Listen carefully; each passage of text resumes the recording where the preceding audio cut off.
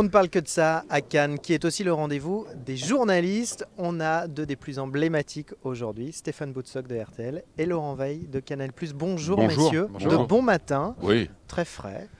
Enfin, ce qu'il en reste, oui. Très quoi? Qu'est-ce que vous répondez d'abord à nos nombreux confrères parisiens qui pensent qu'on est en vacances ici à Cannes? Bah, venez, On vous attend. venez, faites-le. Non, c'est l'image qu'on peut avoir quand on est à Paris, en effet, de ce qui éventuellement se passe à Cannes, c'est-à-dire, ouais, super, les starlets, le soleil, les vacances. Non, c'est beaucoup de travail, c'est beaucoup de projections, c'est beaucoup d'interviews, c'est beaucoup de présence. À quoi ça ressemble une journée type, typiquement pour vous, Laurent, par Moi, exemple? rapidement, je me lève tous les... Ceci dit, moi, j'ai une grosse chance, c'est d'avoir besoin de très peu d'heures de sommeil. Donc moi, je me lève tous les matins à 5h30, 6h moins le quart, 6h maximum. Comme je cours, j'essaye d'aller courir un matin sur deux. Je reviens, douche, petit-déj, projection 8h30 là, au Palais des Festivals. Et puis après, j'enchaîne souvent avec une deuxième projection. J'ai des interviews parce qu'ici, en plus de faire les marches pour le Grand Journal, je mets en boîte quelques émissions qui seront diffusées début de l'été et puis plus tard à la rentrée prochaine. Donc voilà, j'ai les marches en direct pour le Grand Journal et en général, je termine par une projection à 22h dans une petite salle. C'est un peu compliqué, mais c'est le deuxième film en compétition que je vois. Moi, je suis obligé de rattraper tard le soir parce que j'ai pas le temps la journée. Voilà, donc je me sors du cinéma, il est minuit. C'est globalement pareil. Moi, ça commence un poil plus tard, mais avec un vrai luxe, hein, c'est-à-dire 7h du matin. Voilà. Et ensuite, nous, Grasse mat. les rendez-vous antennes sur RTL sont vraiment de 6h à 19h. Donc, on est deux pour faire le festival. Donc, on voit en priorité la compétition. Mais nous, on a une quotidienne à 9h, par exemple. Donc, celui qui fait Laissez-vous la tenter. quotidienne, laissez-vous tenter, ne voit pas le film de 8h30. Donc, le rattrape l'après-midi. C'est comme Laurent, tout se décale assez rapidement. Et puis, il y a les interviews. Et puis, en effet, s'il se passe quelque chose, il faut être aussi sur ce quelque chose. Je pense au cirque DSK ce week-end. C'est aussi, même si c'est en marge, il faut le traiter. Donc, c'est rude, c'est fatigant, mais en même temps, enfin, on est pas mal. Moi, j'échangerai ma place avec personne. Hein. Ah, ça, Tout va c'était bien. la journée, messieurs, et la nuit? La nuit type? Alors, quelle nuit déjà? Non, elles sont courtes, Quand on est forcément. Bah journaliste oui, à Cannes. courtes. Elles sont courtes, mais le problème, c'est que même quand on décide de ne pas sortir à Cannes, comme tout prend du temps, y compris quand vous voulez dîner, le temps d'arriver dans un restaurant, de prendre la commande, de dîner, de payer, ben là, ça peut prendre 3 heures. Ouais, Donc, c'est même ça. quand Non, mais on veut a se le coucher mythe, tôt- évidemment, vu de l'extérieur des soirées cannoises. Est-ce que typiquement, ça fait aussi partie du job d'aller Alors, essayer de rencontrer... Moi, je vais vous répondre sincèrement, en ce qui me concerne, non. Je suis même d'une grande honnêteté, je ne vais même pas à ma fête, à la fête Canal+, qui a lieu le premier vendredi. À chaque fois, je dis, je crois que ça fait 5 ans que je n'y suis pas allé. Non, c'est presque un métier à part de faire les fêtes à Cannes. Alors c'est vrai qu'il y a la fête de Canal+, qui généralement est d'ailleurs généralement la plus sympathique. Moi, c'est généralement celle à laquelle je vais. Et puis la fête du film ouverture, il se trouve que cette année, on était partenaire de Grazo Monaco, donc je suis allé à la fête. Mais sinon, non seulement j'ai pas le temps, j'ai pas l'énergie, et Ouais. très honnêtement, j'ai pas très envie non plus, parce que c'est très bruyant, c'est pas les endroits où on se parle, on est très fatigué, et puis en effet, il y a le film du lendemain matin ou l'émission à faire. Donc Il y a moins de journalistes accrédités cette année à Cannes. Vous avez senti, vous, une petite baisse d'intérêt autour du festival ces dernières années? C'est très dur ça à juger quand on est ici. Je ne me rends pas compte moi de l'impact que peut avoir le festival à l'extérieur. Je ne sais pas s'il y a une baisse d'intérêt. Franchement, j'en sais rien. Après, il y a aussi depuis quelques années le web, il y a tous les réseaux sociaux qui commencent d'ailleurs, je trouve, à poser quelques problèmes. De temps en temps, en bas des marches, je vois des gens qui prennent des photos, des selfies, des choses comme ça. Je ne sais pas qui c'est, je ne sais pas où ça va. Alors moi, c'est pas grave parce qu'on s'en fout. Mais j'imagine pour un acteur américain ou pour un acteur français, j'en parlais avec je ne sais plus qui il n'y a pas longtemps, ça devient très compliqué. On ne sait pas où ça va, on sait plus qui on a en face de nous. Donc il va falloir, je pense, incessamment sous peu, essayer de commencer à réglementer tout ça. Mais comment on peut réglementer tout ça en bas des marches? C'est un peu Si, il y a la beaucoup de cohue. circuits en bas des marches. Je vois bien là, les gens qui ne sont pas accrédités déjà n'ont pas accès, mais aujourd'hui les gens de la profession avec leur portable shoot absolument tout et n'importe quoi. Comme on est souvent trahi par les siens, c'est bien connu, il faudrait un tout petit peu commencer à faire attention, y compris des gens du métier, parce que moi je vois, ça fait 30 ans que je fais ça, il y a de temps en temps, il y a des interviews que je ne passe pas, il y a des images que je ne veux pas passer parce que ça met personne en valeur. C'est pareil, en bas des marches, de temps en temps, il y a des mecs qui fument des clopes, qui sont surtendus. À quoi ça sert, je veux dire, tout d'un coup, de donner une image un peu ou dégradante ou un peu stupide? La montée des marches doit rester assez glam, assez... Il faut garder le glamour. Mais je selon vous, et trouve, faire un petit peu franchement, attention ça fait à ce partie, qu'on ça fait diffuse. partie de Cannes. Il y a évidemment la cinéphilie, les films, mais il y a aussi le tapis rouge, il y a le glamour, c'est important. Et le soleil, c'est Gilles Jacob qui dit qu'un bon festival, c'est aussi un festival, voilà, météo. Et il a raison. Il faut garder tout ça. À quoi ça sert de dénaturer tout le temps? Je trouve ça un peu dommage. On vous a pas demandé d'être sur Twitter d'ailleurs, Laurent? Je refuse. Alors, c'est pas toi. Du tout. C'est pas que je refuse, c'est que ça ne m'intéresse pas. Moi, j'ai 50 ans.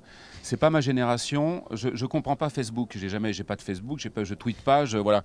Je ne comprends pas. J'ai toujours pas compris. Moi, quand j'ai besoin de parler à quelqu'un, je préfère le voir, l'avoir en face des yeux. On n'a jamais eu autant de moyens de communication depuis ces dernières années. On n'a jamais aussi peu communiqué. Les gens ne communiquent plus, parlent plus. Très bien, super les gars.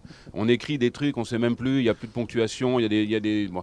C'est pas voilà. Alors j'ai des ados qui eux font ça très très bien, mais non, je tweete pas, je fais pas de selfie, je n'ai pas Facebook. Alors moi je suis beaucoup plus jeune que Laurent parce que j'ai 46 ans, mais jeune.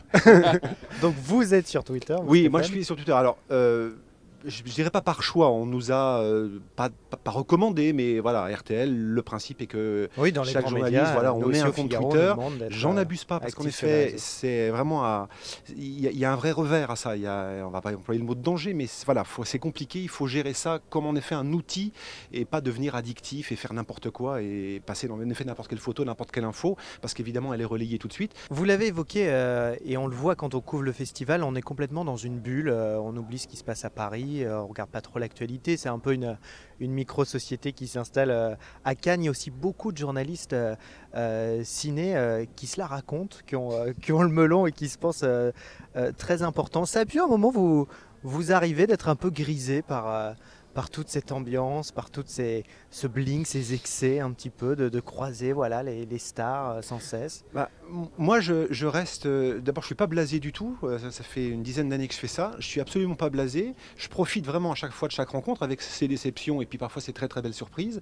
Mais je ne me dis pas, petit A, je fais partie de ce monde-là parce que c'est totalement faux. Parce qu'on peut avoir des très bons rapports avec les gens qu'on croise, qu'on recroise au fur et à mesure des films, grandes stars ou débutants. Mais on n'est pas amis. Enfin, c'est du boulot. On peut avoir de très bonnes relations, mais ça s'arrête là, je crois. Et être grisé par ça, c'est un des grands dangers. Et quand le jour où ça arrive, il faut se poser de vraies questions parce que ça reste un job, quoi. Il faut surtout pas penser une seule seconde qu'on est autre chose qu'un journaliste qui essaye de faire son travail. On l'espère du mieux possible. Vos auditeurs et téléspectateurs attendent évidemment votre avis de spécialiste. Mais comment on gère les partenariats de vos médias respectifs? On a beaucoup parlé de Grace de Monaco. RTL est partenaire du film. Vous, Laurent, vous avez eu un grand entretien avec Nicole Kidman pour Canal+.